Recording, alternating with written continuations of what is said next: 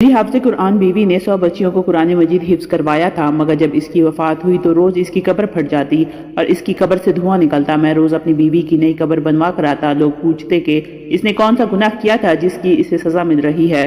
میں نے اپنی ساس اور سالی سے پوچھا تو میری سالی روتے ہوئے مجھے اپنے کمرے میں لے گئی اور کمرے کا دروازہ بند کر کے اس نے مجھے ایک ایسی چیز دکھائی کہ میرا کلیجہ پھٹ گیا، کیونکہ میری بیوی بسم اللہ الرحمن الرحیم۔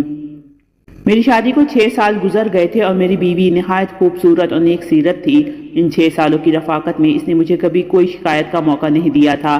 میری بیوی حافظ قرآن تھی اور شادی سے پہلے اس نے 100 بچیوں کو قرآن مجید حفظ کروایا تھا، جس کی وجہ سے مجھے ہر وقت یہی سوچ کر خوشی ہوتی تھی کہ میری بیوی کی صرف دنیا ہی نہیں بلکہ آخرت بھی آسان ہو گئی، اور وہ یقیناً میرے بچوں کی بھی اچھی تربیت کرے گی۔ ہم دونوں میاں بیوی کو بچوں کا بہت شوق تھا، مگر شادی کو اتنا وقت گزر جانے کے بعد بھی ہماری اولاد نہیں ہوئی تھی۔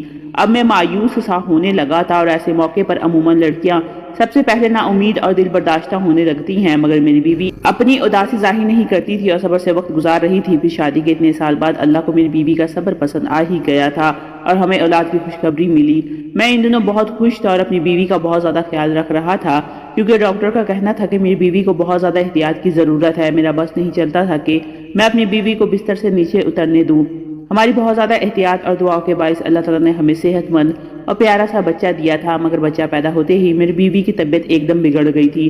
میں نے ایسا تو بالکل نہیں سوچا تھا کہ بچہ ہوتے ہی بیوی کو کھو دوں گا۔ اپنی بیوی کی طبیعت کا سن کر میں نے اللہ سے اس کی زندگی کی بہت دعائیں مانگی، مگر میری دعائیں رد ہو گئی اور میری بیوی اللہ کو پیاری ہو گئی۔ میں غم سے بے حال ہو رہا تھا۔ سب جاننے والے میرے لیے افسوس کا اظہار کر رہے تھے اور میں غم زدہ سا ایک کونے میں بیٹھا ہوا تھا۔ جب غسل وغیرہ دے کر تدفین کے لیے ہم قبرستان پہنچے تو آسمان پر بالکل سیاہ بادل پھیلا ہوا تھا اور دن کے وقت بھی ایسا لگ رہا تھا جیسے رات ہو گئی ہو۔ جو ہی میری بیوی کو دفن کیا گیا، نہایت تیز بارش شروع ہو گئی اور ایسی طوفانی ہوائیں چلنے لگی کہ سب حیران و پریشان رہ گئے۔ بیوی کو دفن کرنے کے بعد ہم سب اپنے اپنے گھروں کو پہنچے تھے۔ مجھے ایسے لگ رہا تھا جیسے موسم بھی میرے ساتھ میری بیوی کی موت کا غم منا رہا ہو۔ رات دیر تک تیز طوفانی چکر چلتے رہے۔ میرا بچہ فی الوقت میری بیوی کے گھر والوں نے سنبھالا ہوا تھا اور وہ لوگ بھی میرے گھر پر ہی قیام پذیر تھے، اس لیے میں بھی بچے کی طرف سے بے فکر ہو کر اپنے کمرے میں اکیلا بیٹھا اپنی بیوی کو یاد کرتا اور اسے یاد کرتے کرتے میری آنکھ لگ جاتی۔ صبح کے قریب میں نے خواب دیکھا کہ میری بدحال سی بیوی بہت بری طرح رو رہی ہے۔ اپنی بیوی کو اتنی بری طرح روتے دیکھ کر میں تڑپ اٹھا تھا اور عین اسی وقت میری آنکھ کھل گئی۔ باہر طوفانی بارش اور ہوائیں اب تھم چکی تھی اور آسمان بھی صاف ہو چکا تھا۔ اب مجھے وہ خواب پریشان کر رہا تھا۔ میں نے ہمیشہ اپنی بیوی کو ہنستے مسکراتے ہی دیکھا تھا، اس کا اس طرح رونا خواب میں بھی مجھے گھبراہٹ میں مبتلا کر گیا تھا۔ میں نے گھڑی پر وقت دیکھا تو فجر کا وقت تھا۔ میں نے اٹھ کر فجر کی نماز ادا کی اور اپنی بیوی کی مغفرت کی دعا کرنے لگا۔ ویسے تو مجھے پورا یقین تھا کہ میری بیوی جیسی نیک صرف نمازی اور حافظ قرآن عورت کو اللہ نے قبر کی تنگی سے بھی نجات دے دی ہوگی۔ میں نے دعا کے بعد اٹھ کر کمرے سے باہر جھانکا تو سب لوگ نماز پڑھنے میں مصروف تھے۔ میں نے اپنے بیٹے کا پوچھا تو میری بیوی کے بھائی نے مجھے بچہ لا کر دیا۔ وہ سکون سے سو رہا تھا۔ میں مطمئن ہو گیا اور کتنی دیر اپنے بیٹے کو سینے سے لگا کر بیٹھا رہا۔ اپنے بچے کو پیار دے کر میں گھر سے نکل کر سیدھا قبرستان پہنچ گیا۔ میں اپنی بیوی کے لیے قرآن پڑھنا چاہ رہا تھا۔ کچھ رات والے طوفان کے بعد میں اس کی قبر کی حالت کا بھی اندازہ لگانا چاہ رہا تھا۔ میں قبرستان پہنچ کر اپنی بیوی کے قبر کے پاس پہنچا تو اس کی قبر کی حالت دیکھ کر میرے رونگٹے کھڑے ہو گئے تھے۔ میرا دل خوف سے پھٹنے والا ہو رہا تھا، کیونکہ جس عورت کو میں نیک اور جنتی سمجھ رہا تھا، اس کی قبر پر ایسا عذاب آیا ہوا تھا کہ مجھ جیسا مضبوط سا مرد بھی اندر تک دہل گیا تھا۔ میری بیوی کی قبر پھٹی پڑی تھی اور اس میں سے دھواں نکل رہا تھا۔ وہاں اتنی تپش تھی کہ میرا وہاں کھڑا ہونا مشکل ہو گیا تھا۔ کوئی مزدور بھی میری بیوی کی قبر بنانے کو تیار نہیں تھا۔ بڑی مشکل سے مجھے ایک مزدور ملا جس نے مجھ سے 4 گنا زیادہ پیسے لیے اور میری بیوی کی قبر پر مٹی ڈال دی۔ یہ سب اس مزدور نے دور سے کھڑے ہو کر کیا تھا۔ میں گھر پہنچا تو میری حالت نہایت خراب ہو رہی تھی۔ سب نے میری حالت کو بیوی سے جدائی کا غم سمجھ کر مجھے سہارا دیا اور تسلی دینے لگے، جبکہ میں حیران تھا کہ آخر میری بیوی پر اللہ کا عذاب کیوں آیا تھا۔ وہ تو نیک عورت تھی۔ میری نظر میں تو میری بیوی کی ایسی کوئی غلطی نہیں گزری تھی۔ میں سوچ سوچ کر پاگل ہو رہا تھا کہ میری بیوی کی اصل حقیقت کیا ہے، اور جب مجھ پر اپنی مرحوم بیوی کی حقیقت کھلی تو میرا دل تک پھٹ گیا تھا۔ میرا نام محسن ہے۔ میں اپنے والدین کی اکلوتی اولاد تھا۔ ہمارے گھر میں کل 4 افراد رہتے تھے، میں، میرے ماں باپ اور ایک میری بیوہ پھپھو جو میری دوسری ماں جیسی تھی۔ میں جب کالج میں پڑھتا تھا تب میری والدہ کا انتقال ہو گیا اور ہم 3 لوگ باقی رہ گئے۔ ماں کو کھونے کا غم مجھ پر پھر بھی بہت بھاری ثابت ہوا تھا۔ میری ماں بہت نیک عورت تھی۔ مجھے میری پھپھو اور میرے ابا نے میری ماں کا غم بھلانے کے لیے بہت سہارا دیا اور ہر وقت میرے ساتھ لگے رہتے تھے۔ وہ دونوں کوشش کرتے تھے کہ مجھے اکیلا نہ ہونے دے۔ میں ہمیشہ سے ہی ان کی توجہ کا واحد مرکز رہا تھا۔ پھر میں بھی کچھ عرصے بعد سنبھل گیا اور دوبارہ سے اپنی تعلیم کا سلسلہ شروع کر دیا۔ میں پڑھائی سے فارغ ہوا تو میرے ابا اور پھپھو کو میری شادی کا شوق ستانے لگا۔ میں نے حامی بھری تو زور و شور سے میرے لیے لڑکی تلاش کی جانے لگی۔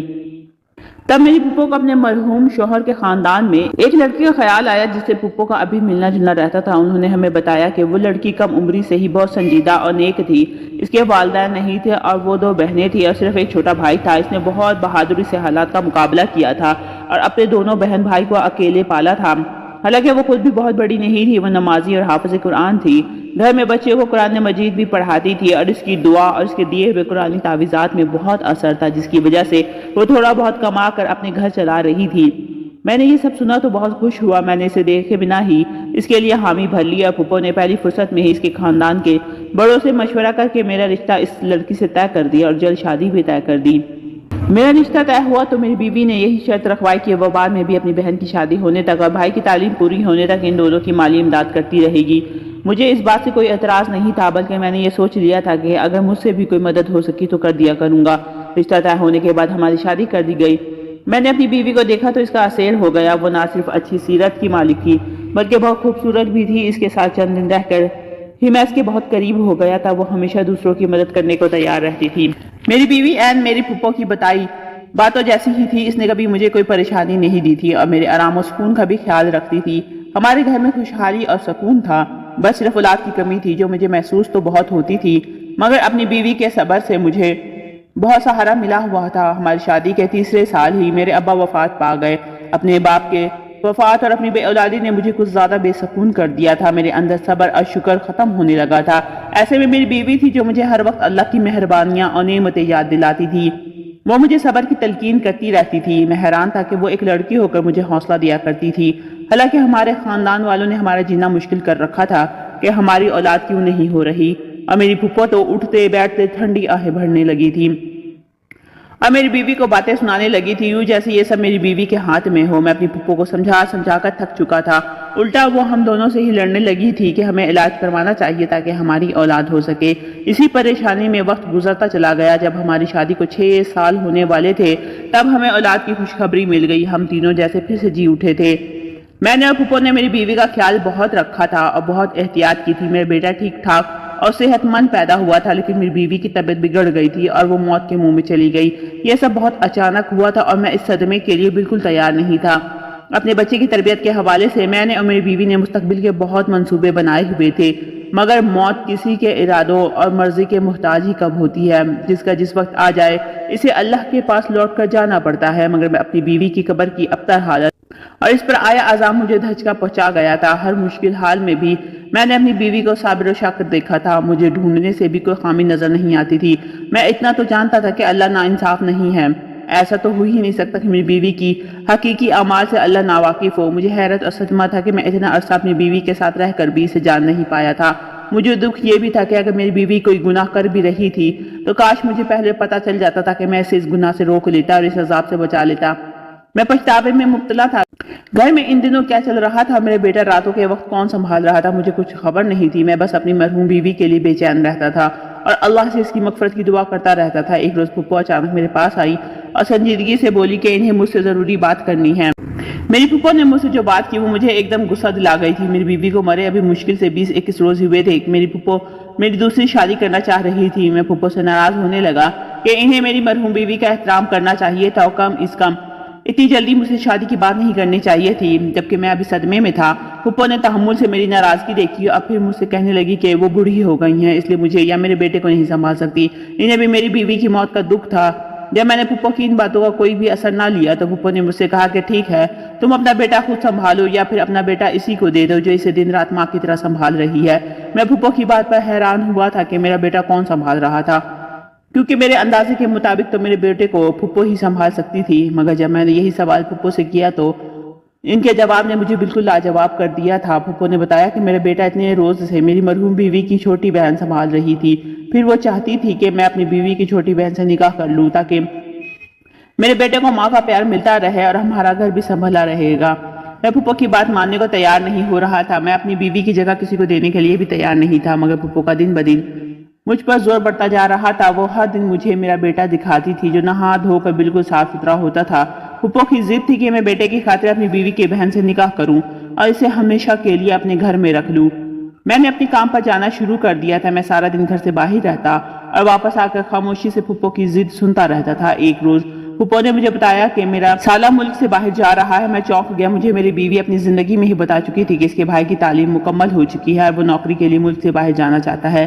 میری بیوی کوشش میں تھی کہ اس کے بھائی کے باہر جانے سے پہلے اس کی بہن کی شادی ہو جائے تاکہ وہ بعد میں اکیلی نہ رہ جائے، مگر اسے کوئی مناسب رشتہ مل نہیں رہا تھا۔ اب اپنی بیوی کے بھائی کے باہر جانے کا سن کر مجھے اس کی بہن کا خیال آیا تھا، تب میں فکر مند ہو گیا۔ اب مجھے خیال آ رہا تھا کہ اگر میں مزید انکار کروں گا تو میری سالی میرے بیٹے کو سنبھالنے کے چکر میں ساری عمر کے لیے کنواری بیٹھی رہ جائے گی، یا پھر اس کی شادی کر دی جائے گی اور میرے بیٹے کو سنبھالنے والا کوئی نہیں ہوگا، کیونکہ پھپھو تو واقعی بیمار اور کمزور ہو گئی تھی اور ان کی بنائی بھی کمی ہوتی جا رہی تھی۔ میں سوچ سوچ کے پریشان ہونے لگا اور تھک ہار کے میں نے اپنی پھپھو کی بات ماننے کا فیصلہ کیا اور ایک روز کام پر جانے سے پہلے پھپھو کو جواب دے دیا کہ وہ جیسا چاہتی ہے کر لے، مجھے کوئی اعتراض نہیں ہے۔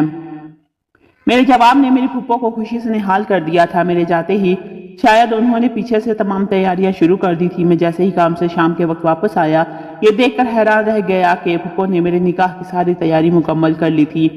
میں تو ویسے بھی اس بات کے لیے خود کو راضی کر چکا تھا، تبھی میں خاموشی سے نکاح خواہ کے سامنے بیٹھ گیا اور اپنے بیٹے کی خاطر یہ نکاح کر لیا۔ نکاح کے بعد میں اداس تھا، اپنے کمرے میں بند ہو گیا تھا۔ مجھے پریشانی تھی کہ نہ جانے میری یہ دوسری بیوی اپنی بڑی بہن کی طرح سمجھدار اور خوش مزاج تھی یا نہیں، اور یہ بھی کہ نہ جانے وہ میرا گھر کیسے سنبھال پائے گی۔ مجھے نہیں لگتا تھا جیسے میرا دل اپنی پہلی بیوی سے مطمئن تھا ویسے دوسری بیوی سے بھی کبھی مطمئن ہو پائے گا۔ اس نکاح کے بعد بھی میرے وہی معاملات تھے۔ میں صبح سے میرے کام پر چلا جاتا، شام کے وقت گھر لوٹتے ہی اپنے کمرے میں بند ہو جاتا تھا۔ میری دوسری بیوی نے خاموشی سے میرا ہر کام سنبھال لیا تھا۔ میرا کمرہ بھی اب بالکل صاف ستھرا رہنے لگا تھا۔ نہ چاہتے ہوئے بھی میرا دماغ اس بات کو سوچنے لگا تھا، اور عجیب بات تو یہ تھی کہ آج تک میں نے اپنی اس دوسری بیوی کو نہیں دیکھا تھا۔ میں نہیں جانتا تھا وہ کیسی لڑکی ہے، کیونکہ میری پہلی شادی پر مجھ سے پردہ کیا تھا، کیونکہ میری بیوی دینی معاملات میں سب سمجھ رکھتی تھی، اس لیے اس نے اپنی بہن کا مجھ سے پردہ کروایا تھا، اور وہ پردہ آج اس لڑکی سے نکاح ہو جانے کے بعد بھی قائم تھا۔ ایک روز میں کام سے جلدی واپس آیا تو اپنے کمرے میں اپنی دوسری بیوی کو دیکھ کر حیران رہ گیا۔ وہ اپنی بڑی بہن سے بھی زیادہ خوبصورت تھی، مگر ایسا نہیں تھا کہ میں حسن پرست تھا اور مجھے اس کا حسن متوجہ کر رہا تھا۔ مجھے جس بات نے اس کی طرف متوجہ کیا تھا وہ اس کے چہرے پر پھیلا سکون اور نرم تاثرات تھے۔ اسے دیکھ کر مجھے ایسا لگا تھا کہ جیسے وہ اپنی بہن کی موت سے بھی خوش اور مطمئن ہو۔ میں یہ بات سوچتے ہی عجیب کیفیت میں گر گیا تھا۔ میں نے اسے غصے سے دیکھتے ہوئے سوال کیا کہ وہ اتنی مطمئن کس بات پر ہے۔ میرا سوال یقیناً اس کے لیے عجیب و غیر متوقع تھا۔ وہ حیرت اور پریشانی سے مجھے دیکھنے لگی تو میں مزید بولا کہ اسے اپنی بہن کی موت کا افسوس ہی نہیں ہے، الٹا وہ اس کی جگہ لے کر بھی اتنی خوش کیسے رہ رہی ہے، جبکہ اس کی بہن جوانی میں موت کے منہ میں جا چکی تھی اور اس کی آخرت بھی جانے کیسی ہونے والی تھی، کیونکہ اس کو قبر میں یہ عذاب جھیلنا پڑ رہا تھا۔ میں نے اپنی مرحوم بیوی کا یہ راز غصے میں سوچے بغیر اس کی بہن کے سامنے بول دیا تھا، مگر میری بات پر جب اس کے چہرے کے تاثرات بدلے تو مجھے اپنی غلطی کا احساس ہوا اور میں چپ ہو گیا۔ میری دوسری بیوی کچھ دیر صدمے سے مجھے دیکھتی رہی اور پھر بری طرح رو پڑی۔ میں اسے روتا دیکھ کر بوکھلا گیا تھا۔ روتے روتے وہ ایسی بات بولنے لگی جس نے مجھے سخت کر دیا تھا۔ وہ بار بار کہہ رہی تھی کہ مجھے یہی خوف تھا کہ بڑی باجی سے اللہ تعالیٰ ناراض ہو جائے گا اور اسے سخت عذاب دے گا، مگر وہ میری سنتی ہی نہیں تھی۔ میں اپنی بیوی کے الفاظ پر دنگ رہ گیا تھا، یعنی میری مرحوم بیوی کچھ ایسا کرتی تھی جس سے اس کی بہن بھی واقف تھی اور اسے روکتی تھی۔ جب میں نے اپنی بیوی سے تفصیل پوچھی تو وہ گڑبڑا گئی اور بات بدلنے کی کوشش کرنے لگی، مگر میں نے جب سچ جاننے کے لیے التجا کی تو اس نے مجھے اپنی بڑی بہن کی اصلیت بتائی، جسے سن کر میرے ہوش اڑ گئے تھے۔ اس نے بتایا کہ میری بہن واقعی نیک لڑکی تھی اور حافظ قرآن ہونے کی وجہ سے ہر وقت قرآن کی تلاوت کرتی رہتی تھی۔ ایک روز ہمارے محلے میں کسی بچے کو تکلیف ہوئی تو اس کی ماں کی پریشانی پر میری بہن نے یوں ہی کچھ آیات پڑھ کر اس بچے پر پھونک دی تھی، جس سے اس بچے کو آرام آ گیا۔ اس واقعے کے بعد میری بہن مشہور ہو گئی کہ وہ نیک بیوی ہے جس کے پاس بیماری اور تکلیف کی شفا ہے۔ اس کے بعد تو طرح طرح کے لوگ ہمارے گھر آنے لگے اور میری بہن تعویذ کے نام پر قرآن کی آیات لکھ کر دے دیتی تھی۔ وہ لوگ چند روپے دے کر چلے جاتے اور ہمارا گزر بسر ہونے لگا تھا، مگر مشکل حالات کے لیے ہمارے پاس کچھ نہیں تھا۔ اچانک ہمارے بھائی کا ایک گردہ فیل ہو گیا۔ وہ ہسپتال میں زندگی اور موت کی کشمکش میں تھا اور ہمارے پاس اس کے علاج کے لیے رقم نہیں تھی۔ ہم بہت پریشان تھے۔ انہی دنوں ایک مرد میری بہن کے پاس آیا، اسے بولا کہ وہ کسی لڑکی سے شادی کرنا چاہتا ہے، مگر وہ لڑکی شادی شدہ ہے۔ وہ چاہتا تھا میری بہن ایسا تعویذ دے کے لڑکی کی طلاق ہو جائے اور وہ اسے پالے۔ میری بہن نے انکار کر دیا کیونکہ یہ گناہ کا کام تھا، مگر جب اس مرد نے 1.5 لاکھ روپے دینے کا کہا تو میری بہن نے بھائی کو بچانے کے لیے نہ جانے کاغذ پر ایسا کیا لکھا کہ اس مرد کی خواہش پوری ہو گئی اور ہمارے بھائی کا آسانی سے علاج ہو گیا۔ پھر تو ہر آئے روز ایسے ہی لوگ آنے لگے جو ناجائز مطالبے کے لیے تعویذ بنواتے اور ڈھیروں پیسہ پکڑا کر چلے جاتے۔ ایک روز میں نے چھپ کر اپنی بہن کو وہ تعویذ بناتے دیکھا تو میرے سر پر آسمان گر پڑا، کیونکہ میری بہن کاغذ پر قرآن کی آیت الٹ لکھ کر دیتی تھی اور یہ کالا علم تھا۔ میں دکھ سے پاگل ہوتی بہن کو روکنے لگی، اسے سمجھانے لگی کہ وہ توبہ کر لے۔ وہ بولی کہ اگر میں ایسا نہ کرتی تو ہمارا بھائی کب کب مر جاتا۔ میں اس بات پر غصہ ہو گئی تھی۔ میں نے بہن کو کہا کہ اس سے تو اچھا تھا ہمارا بھائی کب کب مر جاتا، مگر وہ یہ حرام کام نہ کرتی۔ زندگی موت تو اللہ کے ہاتھ میں ہے۔ میں اپنی بہن کو بہت سمجھاتی رہی، مگر اب وہ لالچ میں آ چکی تھی۔ وہ اتنی نیک تھی کہ روحانیت پا چکی تھی، مگر اس نے پیسوں کے لالچ میں سب کچھ گنوا دیا۔ اس کی زندگی اچھی تھی، وہ نماز قرآن بھی کرتی رہی اور حتیٰ کہ اس کی شادی ہو گئی، مگر اس نے وہ کبیرہ گناہ نہیں چھوڑا اور پیسہ کماتی رہی۔ میں سب سن رہا تھا۔ میری بیوی بول رہی تھی کہ میں ڈرتی تھی کہ اللہ تعالیٰ ناراض ہو گیا تو توبہ کی مہلت دیے بنا ہی موت دے دے گا اور سخت عذاب دے گا، اور میرا کہا سچ ہو گیا۔ میں گمسم ہو گیا تھا۔ میں اپنی بیوی کو اتنا نیک سمجھتا رہا اور وہ صرف دنیاوی پیسے کی لالچ میں اتنا بڑا گناہ کرتی رہی تھی، اور میرے سامنے بیٹھی میری دوسری بیوی اس جیسی حافظہ نہ ہونے کے باوجود اللہ کا خوف رکھتی تھی۔ اللہ تعالیٰ نے مجھے اب اصل میں نیک بیوی سے نوازا تھا۔ کالا علم کروانے والے اور کرنے والے دونوں کے لیے اللہ کے یہاں سخت عذاب ہے۔ کبھی بھی کسی اپنے کی شدید بیماری میں بھی اس گناہ کا مرتکب نہیں ہونا چاہیے، کیونکہ ہو سکتا ہے کہ اس بیماری کے بعد جب اسے موت آئے وہ اس کی نجات کا ذریعہ ہو۔ اس طرح کی مزید انفارمیٹیو ویڈیو کے لیے میرے چینل کو لائک اور سبسکرائب کریں۔ ملتے ہیں نیکسٹ ویڈیو میں، رکھیے گا اپنا بہت سا خیال۔ اللہ حافظ۔